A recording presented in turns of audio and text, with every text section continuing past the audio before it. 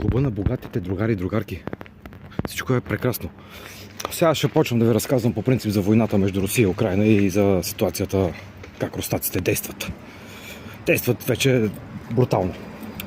Шефа на ЦРУ, знаете ли за какво е бил? То аз трябваше да го кажа още преди няколко дена, защото вече излезнаха информациите, ама бил е там, защото са го привикали руснаците и са му казали да се взима партакещи от Европа, тъй да не си прави илюзиите, че ще напада Русия от Европа, защото ще дадат тоягата.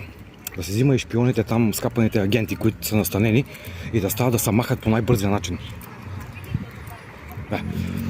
Точно това са му казали на скапанията пак. Да стои на страна, да не пречи за преземането на Одеса. Не, просто да не пречат, просто да се махнат от пътя им, защото руснаците вече им почва да им писва, почва да им прелива чаща и накрая ще ги запукат с ядените ракети и ще стане интересно. Ще стане много хубаво, ще стане, по принцип. Много хубаво ще стане. Ще изчистят малко еврейската ложа, скапана. Така че това е основното. Това е основното. Руснаците са го привикали са ги и са им казали чупката от тука. Даже са свалили вече американското знаме от посолството. Посолството вече няма в Русия на САЩ.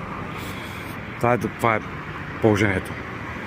Ето тук има легалца, приятели. Но те са навсякъде, бе. Я гледайте за какво става въпрос.